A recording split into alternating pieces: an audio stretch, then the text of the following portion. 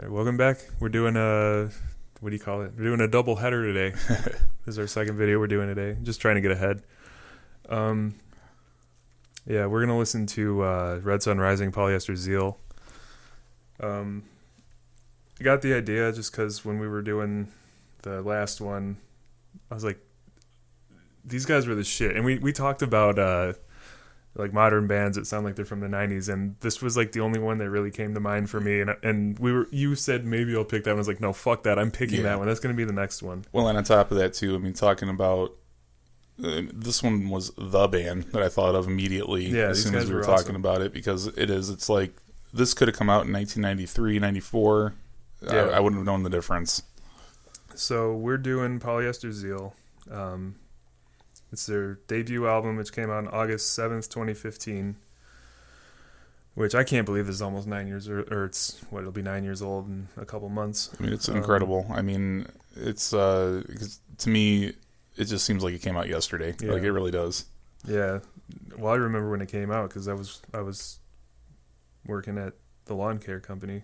Yeah, I mean, and then that's even harder to believe, because I was about 30 when this came out, and I can tell you right now I'm no longer 30, so... Yeah, their singer was fucking incredible. They're not a band anymore, which is kind of a shame. But this album's really good. Their second album, it was okay. They had a couple good songs, but this album front to back is just fucking amazing. If you're a fan of like any like 90s like grunge like STP or Alice in Chains, they sound a lot more like Alice in Chains. I think so. Definitely listen to these guys. I guarantee you'll like them. Their singer Mike Protich, I don't know how the fuck you say that. Protich. Yeah, it looks right. Protich. Lead vocalist, and he was a rhythm guitarist. Well, just guitarist, I guess. That motherfucker's got some fucking pipes, man. He can sing. He can. He's got a range. He's got clarity. He's just a good fucking singer. Right. I mean, we were talking. I mean, it was like all the good parts of 80s singers mixed with Lane Staley. I mean, that's kind of what. That's what you hear on this album, and it's fucking amazing. Yeah, and it's a lot of the same tricks, like the same kind of guitar tones with like they use a little bit more like tremolo and stuff like that. But all right, yeah, let's get into it. First song's Push, and it comes in so like even their guitar tone, I would say it's very on par with what you heard in the 90s. It's Gibsons. It's Gibsons and Marshalls, and I don't know what... It sounds like the 90s, just a little bit more polished. Right. And that's what's awesome about it. I mean, because the 90s bands that were still around in 2015 that were still putting out albums, they didn't quite have the same energy or the same drive that they once had. But when you hear a band like this where they are younger... It's incredible. And then with that recording quality that they had, I don't know. It doesn't get much better than this for me. It really doesn't. Yeah. And, it's just, God damn, I can't stop burping still. This album just kind of has nostalgia for me because, like I said, it came out when I was working at the lawn care company. And it's just, driving around all day, stop to stop, and they played... Other Side, and they played Emotionless on the radio up in Madison and JJO. And both of those songs, well, mostly it was Emotionless when it came on. I just had to crank it. Yep. It's just one of those songs. And this is also a really good driving record. Just listen to it while you're driving. And it's so good. And then like after I heard that song a few times and it kind of clicked with me, it took a couple listens before I was like, and I really kind of got it. And then I would just, put my headphones on while I was working, and it's one of those kind of bands. I mean, it's just, you can't not listen to them. Yeah. I mean, and then I was kind of disappointed with their second album, but it is what it is. Right. And I was kind of upset, and then they broke up. They put out an EP after their second album, and then they broke up after that. And see, to me, I really don't understand why, because like that second album, they were a little bit more popular at that time, and they were kind of known to an extent. But that one song's really good on that album. Yeah, what is it? Death Wish. Death Wish. Yeah. And I don't know, man. It's just like it sounds so 90s. I love this album. It's so good. It's like when I hear about this band and the circumstances in which they broke up and everything.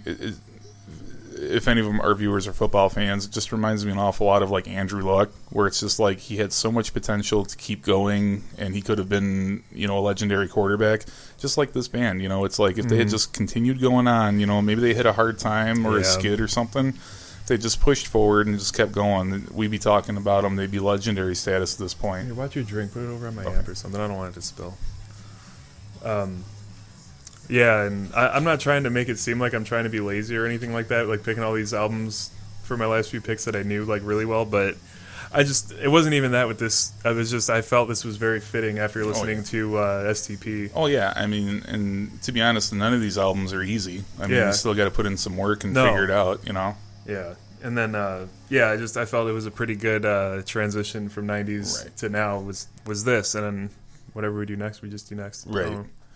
Because, I mean, bottom line here, I mean, I've heard this album a number of times, and I don't know how to play any of the songs yet. So, I mean, like I said, from day one, you know, it's all new to me. Like, I've never actually attempted to learn any of these songs. Yeah, I love that. You know, it's 90s where, like, it's real riffy. You know? Real riffy, and then just huge atmospheric chords out of the guitar. I mean, I think that's why 90s music in general and then stuff like this really resonates with me, because I love that huge atmospheric guitar in the background. Yeah, these guys did it well. And like I said, his voice, it may be a little bit nasally at times, but a touch.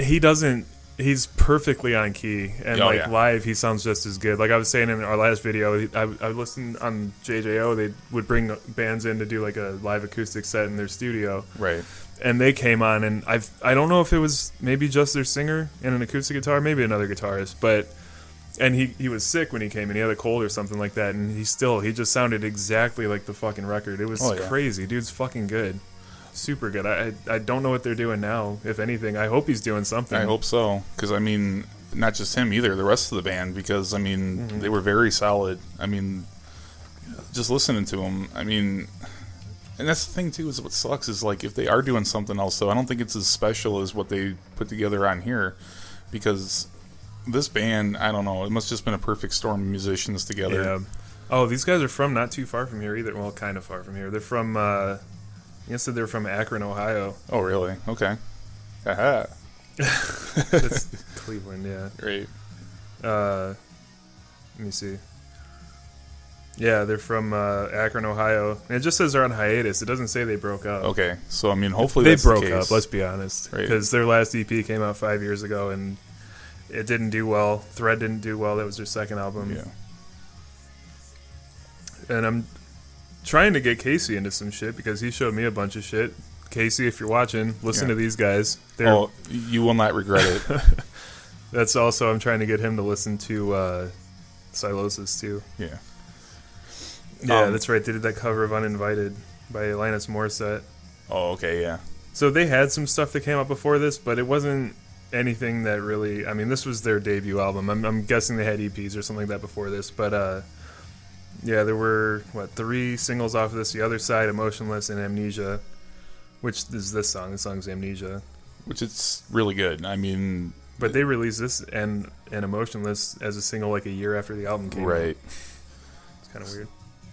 I also think it's kind of interesting how you can hear the difference in like a singer from the Midwest as opposed to a singer from like California. Right. Like there's this certain like, I don't know, kind of like sound of like despair in their voice. People in the Midwest. The Midwest is so boring. It is. There's just not shit going on. We're like the other side of the song's great. This is what got me into this group. This song right here. But like, you know, singers from California, they even if they're singing about heavy or dark matter, like. They always have a little bit. Yeah. I mean, memes are funny and everything, but the Midwest sucks. I mean, it's pretty. You know, you get a bunch of different shit, but there's nothing to do here. It's meh. And then I think too, talking about that, it's a matter of desperation. It's a matter of like Midwest singers just sound a lot more genuine to me. Yeah. Like you can really kind of believe them a lot more. I feel like there's a lot more feeling in the vocals. Right. And like I said, this song, The Other Side, this is a song that makes me think of like Alice in Chains. Yeah. It reminds me of Black Hole Sun a little bit, especially like the intro. But, it does. Every time he gets to the chorus in the song, like right now, I just get chills, and it's just because it's so heartfelt. The vocal harmonies, they remind me a lot of Alice in Chains. Right. Not quite the same kind of harmonies, but they're there. Well, when I heard this song the first time too, I was sitting here going, "Oh, did Alice in Chains just come out with another song?" Or the another funny single? thing is, this time they did. They came out. Yep. This was when they came out with that.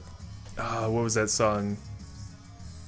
I'll have to look it up. But yeah, Alice in Chains did just come out with something around the same time as this. There was a lot of good bands I found thanks to JJO. Right. Working at that job, I found these guys. I found Nothing More. I found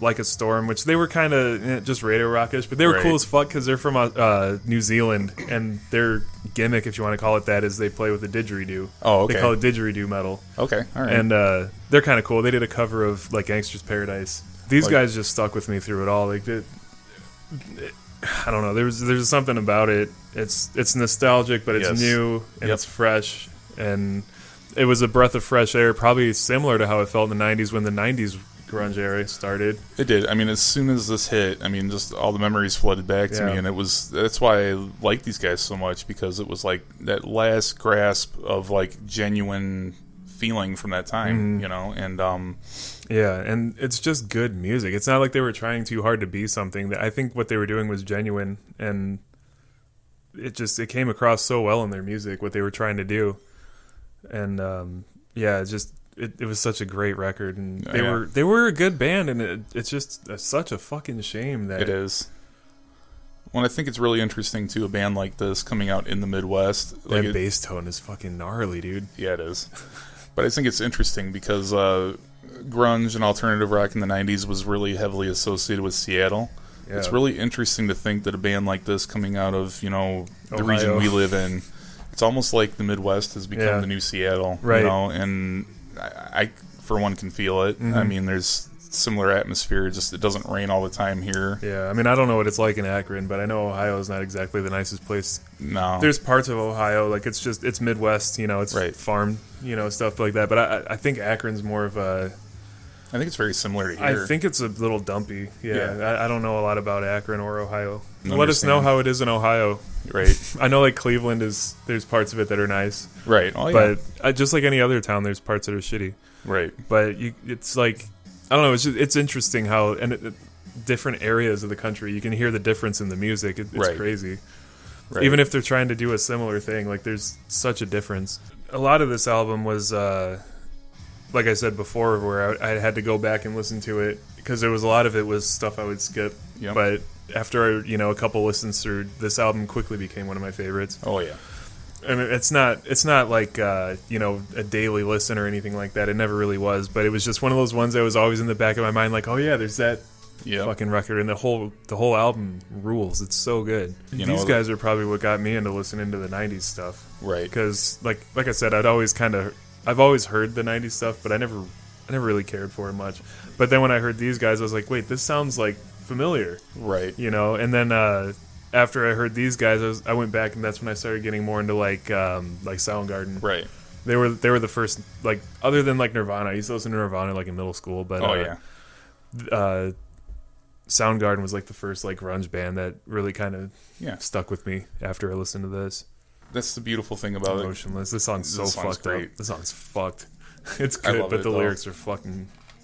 But, I mean, that's what I'm saying. I mean, bands like this, where they take strong influence from stuff that I listened to as a kid, I mean, that's why it's going to be a lot more resonant on me. It's just because it does. It immediately pulls at those heartstrings, like those memories. And even if you can't sing, a lot of these songs are they're fun to sing along to.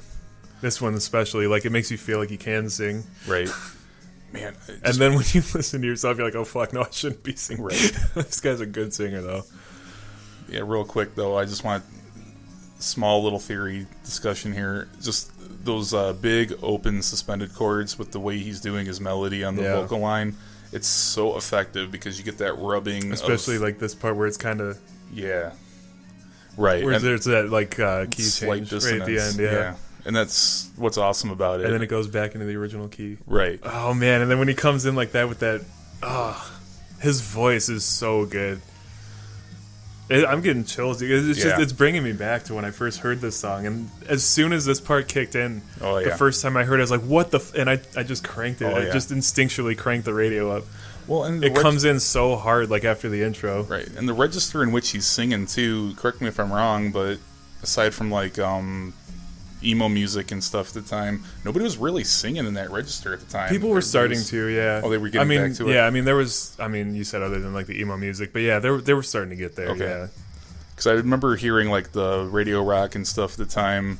It was a lot of like rough singing and real kind of deeper singing. That fucking riff, I love that riff. It's sick. That's so good. Any of those upbeat staccato passages, I love them. Just because it really punches and drives the song. And like this, how like that. I think it's a tremolo. That whatever effect he's got on it. Yeah. Alice in Chains all the way. Oh yeah. The only thing that'll make it more. That solo is cool too. It's simple, but it is, but it's effective. Yeah. I think the only thing that would make it more Alice in Chains-y, I guess, is if there was harmonized vocals. There is. I mean, well, I mean, not like in the same perfect way, but fourths yeah. all the way up. Yeah, I think they're doing thirds. Yeah. Or something like that. Yeah, they were using a little bit more theory. No. God, that little so sound good. effect was cool. Yeah. These guys are the shit, dude. And I swear to God, if you haven't listened to these guys, you won't regret it. At least listen to Emotionless and listen to the other side. Yeah, I mean... Those songs are fucking amazing. And then also listen on their next album to Death Wish. That's a good song, too. Now, contrary to what I've said in other videos, too, when I'm like a little bit of something for everybody, or you get the gist from just those two songs, you will not get the gist of this band from just those two songs. There's way more that this band offers than just those few. I mean, it's just... I don't know, like the range that they had, it was incredible. They were fucking awesome. And then like even in like the next song, I can hear a little bit of Guns N' Roses just where because there's the whistling part. Oh yeah. I don't know a whole lot about the band, like where they got their influence and everything from, but I mean you can just listen to it and tell like it's 90s grunge. It's Alice in Chains mostly. It's like I said, I can hear a little bit of Guns N' Roses. Oh yeah. You can hear some 80s like in his vocals. See what I mean? This reminds me of like Civil War by Guns N' Roses. Another one of those bands that I like Guns N' Roses, but I never cared for Axl Rose. I don't know. Like with him, he's so polarizing. Yeah. Like because you know some people love him, some people hate him. Yeah, I mean when he sang Deeper, I liked his voice. Right. Oh man, and then when he comes in with those just there it is. Oh man, the way they construct their songs, they do it so well, man. Like every time it changes or every time another part comes in, I get goosebumps. Yeah. Every single song does it. Well, and every time I hear this album too, it sounds fresh. Like this album does not age. Like it's just I don't know. Like it's just I get the same reaction every time with every single song. Every year or so, I come back to it. And I'm like, oh my god, dude! Right? Like this, it's such a fucking amazing album. Well, and I'll be honest too. Absence makes the heart grow fonder, especially with albums and bands like this. There's some albums I purposefully won't listen to that much just because I don't want to make it stale. Yeah. You know, and I would probably say this is one of them. This just never gets old to me. Right. And their songs always get stuck in my head. That might be another reason I don't listen to it a whole lot. Just they get stuck in my head. Right. Which isn't necessarily a bad cool thing. Passage there. Yeah. I love that unison octave thing. These guys are so cool. Damn. That rivals any 80s singer. He's got such a good range. He does not sing in like fucking octaves up there, but what he does do, he does extremely well. Oh yeah. Well, and the best part is he doesn't lose any power when he goes up into his head voice like that. He's a very powerful singer, and it's not falsetto at all. No, it's all. I mean, it's incredible. I mean, you do not hear that kind of power in that register out of a male voice anymore. They do that backwards effect. I love it, and they have that sitar. Okay. In the beginning, it's kind of cool. Yeah, that is pretty cool. And I was reading in the credits, they had 2 drummers on this album. Oh, really? I didn't know that. Oh, that was a cool cadence there. Instead of using like a typical chord change right there, they and I know there's a name for it, but it escapes me right now. But it's very effective when you don't do the common chord change and you do something like you borrow a chord from another key and you put it in there. It's so much more effective. Mm-hmm. It's really cool. So just a little bit of follow-up on the hiatus or breakup thing. Okay. So they announced an indefinite hiatus on February 28, 2020. Ryan Williams went on to form New Monarch, which I've never heard of. Okay. I haven't heard of And then members, their singer, Dave McGarry and Pat Garasia, formed a new band, The Violent. Oh, okay. So I might look into them. Yeah, because I mean, if it's anything like this group is, it's definitely worth it. So, God, those big ass fucking chords, man, they're so good. They use those big chords, and then the way his vocal harmonies, and then there's like the little bit like in the background, like different vocals. These guys were fucking awesome. And then, I was going to look into the thing with the second drummer on this record, which I thought was kind of weird. Yeah, so Pat Garaja is a drummer, and then they also had Chris Marlette on drums. I don't understand why they would have two different drummers. It's kind of weird. Yeah, I mean, I've never seen.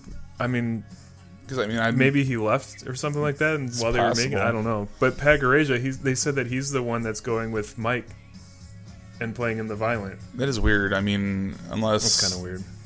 unless they just had two drummers, I don't know. But I mean, that's just odd to me. I've seen, like, for example, Foo Fighters, when they were recording whatever it was, he just happened to run into Paul McCartney when they were recording one of their records. Okay, And he convinced him to come in and do drums on a song. well, that's pretty cool. So I've seen shit like that before. It's just guest appearances, but like they were such a not well known band, right? That it's like, well, it's not a guest appearance. It's No, I mean, it's the only just thing I another can drummer. maybe they were going through a problem like at the time of recording, and then they just had to hurriedly get another drummer in. But I mean, Who knows? Bands do weird things sometimes. they just had such a cool sound. Like, it's just, I don't know, like, because this is one of the ones I don't know that much or haven't heard that much, but it's just, I don't know, man. It's just really cool. I like the droning notes that are going on underneath, but they're doing so much with it. Like, I don't know. There was a lot of good shit that came out this year, or around the same time. Yeah, around 2015, 2016. Yeah. A lot of new shit. Like I said, around the same time, I started listening to Nothing More, which that was when their it wasn't their debut record, but it was their self-titled record. Okay, had come out. That was the one with Jenny on it. Oh, okay, yeah. That album was really fucking good too. And then they got really fucking weird after that, like kind of political and just, I don't know. They got kind of weird. And then what else? Like a Storm I was listening to around the same time. Yeah, and then around the same time was when I found Trivium. They played that one single from Silence in the Snow. Right. Which, yeah, I mean, I think in that time, that's kind of why, I would say sometime between like 2016 and 2018, that's why some of that music's kind of special, because there was a lot of stuff where the musician was really putting it all out there, and they were either emotionally, technically, it's just, I don't know, like, that stuff's really special to me. And then it's going to sound awful of me to say, but I think as far as guitar music goes, COVID was the best thing to happen to guitar music ever. Just because there's so many people shut up in their houses for so long. I kind of And they were able to, like, just really work on their craft. But then after that, there were just so many bands that's all they wrote about was COVID. Right. And like, it was, I don't know, it got kind of annoying pretty quick. But right. Yeah, and I was really happy because a lot of bands, they just took a break during COVID and stopped putting music out, and then they just kind of, holed up in their house and just wrote shit. Where, I keep going back to Trivium, but I can't help it. They're just like, no, fuck that. They're like, this is the time that people need music more than ever. Right. So, and they're like, fuck it, we're putting a record out. Actually, they put that record out, and then the next year they put another record out. So they didn't take a break at all. And there was a few other bands too that were kind of like that, where they I think Dream Theater might have put out a record. I think they did, and it's admirable, that they went out and did it. But then there was other bands like Avenged Sevenfold. We're still waiting for their follow up, aren't they? Or did they just come out with it? It just came out, but they were one of those bands that record took forever because of COVID and like travel restrictions, and that's another whole thing. I'm just, I don't know. I was really disappointed with that album because we waited fucking 5, almost 6 years for them to come out with a record, and it just, for me, it just fell short. If that's the direction they're going, then I don't care about. Well, that's the other where extreme. they're going. Like when your favorite band, they skew off so far from what made you like them in the first place. That's kind of why. Yeah, speaking of Dream Theater, that's kind of why I went away from them. Aside from Mike Portnoy leaving the band and everything, that's another matter. But I don't know, like just the direction they were going in, even the album before Black Cloud Silver Linings, I just wasn't a huge fan of, and they continued on that same vein, and they just kept going further from the band that I used to once adore. Dude, I just heard today that John Petrucci, he finished up recording all his guitar parts. Oh, really? For the new album. I'm really excited. I can't wait to hear it. I mean, I think it's going to be good, and I'm not knocking their albums that they came out with recent years, because they are a talented group of people, and they're amazing. It's just, I don't know, like, I hope they kind of rekindle that flavor that they had in the past. So this is interesting. This sounds like almost like the Police. A little bit, like that real choppy kind of on the beat rhythm. What's their drummer's name? Stephen Copeland? Stuart Copeland. Copeland, yeah. Those drums, it reminds me of that. A little bit, yeah. Those guitar chords, it reminds me a lot of, it reminded me of like Roxanne. Okay. Yeah, I can see that for sure. And then it gets heavy as shit in the chorus. Yeah. I like how in some songs he does this too, where it's just his vocals are like daggers. Like they really come right through. And he's got this really nice vibrato in his voice too. Like normally I'm not a fan of that much vibrato. Like some people do it too much, like Bruce Dickinson is kind of. He is just enough in there that's just, it makes it wavering a little bit. Where it's not like, he's not like going like this with his voice. It's just subtle. Whereas, this guy, I'd really be interested to see like his background, because like there's no way that he learned how to sing like this just singing. He had to have had some kind of lesson, or he had to have gone to school or something. This guy's just a fucking incredible singer. Yeah, I mean he's way too good to have just been a self-taught or just I was singing in the shower. I mean, some people have it, but I don't know. Maybe he does, but I don't think so. I'm sure he had some kind of. I'm sure he went to school. Like I guarantee he had innate ability. It's just it sounds like it was polished and it was something that he took lessons for. Mm-hmm. Most musicians, I would say, like the vast majority of them, in that regard, are not formally taught in a teaching sense. I think they're more of I like this song, so I'm going to get this thing that makes this noise. And I'm gonna learn it from that. It's just I never really liked that term self-taught, because it's kind of bullshit. This part's this shit. He does this dive bomb kind of thing, but it's not. I wonder if he used like a Fender or something, because it doesn't sound like a Floyd Rose. It's just pew. It's just real light. It's cool. Like right at the end of the solo, right here. Oh yeah, it's cool. It's real subtle. Yeah. Yeah. Okay. I mean, these guys are cool. There's just these little things that they do that they stand out. And like I said, every time that a part changes in a song, I get chills. Oh yeah, because it just I don't know if it's not like it changes a whole lot, but it's just enough that it's like, well, what the fuck, and it makes you feel different. It throws you off, and then again, talking in a theory standpoint, you hear a song or a style enough, and you kind of expect a certain change or you expect a certain mood. They kind of go against that every now and again, and they'll borrow chords from other keys, or they'll turn the melody in such a way to where it's not so familiar, but familiar enough. Like it's really interesting with this group, and I'm really kind of curious as to how extensive their theory knowledge is, because I mean when I hear it, what that tells me right there is they have to have at least an intermediate level of it to understand what borrowed chords are and how they work with key changes. And it's the way that they layer things. Right. This song, that bass tone is sick, but this song's it's pretty dark. It's real aggressive. Yeah, this song's just pretty dark. Oh, but it's got like tempo. That like 80s or maybe 90s, I guess. Like it just kind of reminds me of biker rock. I don't know why, but it's such a cool song. I think this is the last song of the album. Yeah. Yeah, I mean, like this group.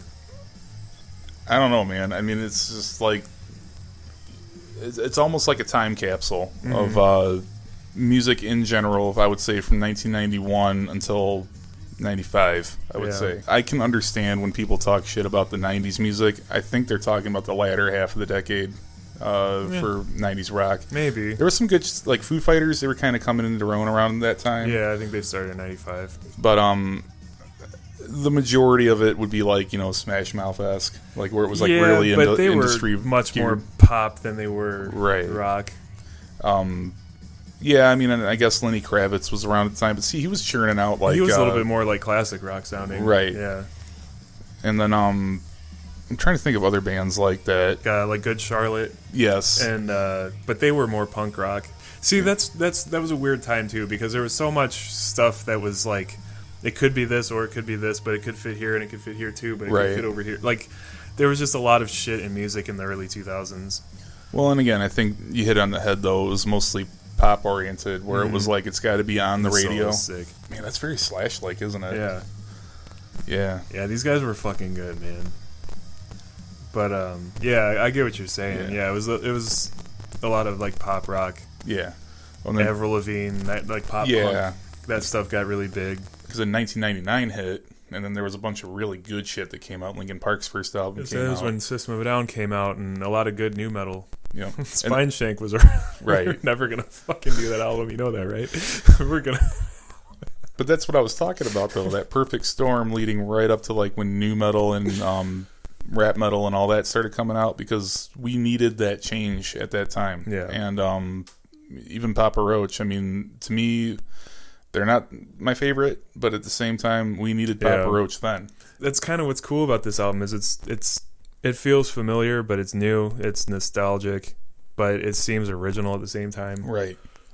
I guess in conclusion, listen to this record. It's really good. I mean, you have to. If you're a music fan, you have to. Red Sun Rising, Polyester Zeal. It's fucking awesome. Casey, I swear to God, if you're watching, please listen to this album. You'll like it. I promise you. And listen to Silosis. The beginning to end to me, this album is just fucking incredible. They're really talented. And I think I'm going to look into their other band, The Violent. Yeah. That their singer did. Because if it's anything like this, I'll probably like it. But I wonder if it got kind of weird. I don't know. That's kind of the direction they were heading. But yeah, I guess that's it. I say that every time. I guess that's it. What's the difference in this one? Yeah, we'll learn some songs from this. Yeah, I'm not sure. I mean, there's a lot to pick from, so I'm I not got sure which one I want to do yet. Good idea which one I'm going to do, but yeah. So check it out. Maybe we can get some kind of thing going to get them back out making records again. Hopefully, maybe if we just get a huge surge of people liking and commenting and subscribing to us, maybe that's the case. Yeah, for all 14 of you, get your friends on Facebook. You're 400 and what do we have? 420. 420. Yeah, right. We don't smoke pot at all. No, I think we have like 418 or something like that followers on Facebook. You guys subscribe to us, please, and get all of your friends to come watch us. And we got to get Red Sun Rising back out there. Yeah, so check it out. We'll see you next week when we learn these songs, and then we'll talk about them. Yep, we'll see you next week. Yeah, see ya.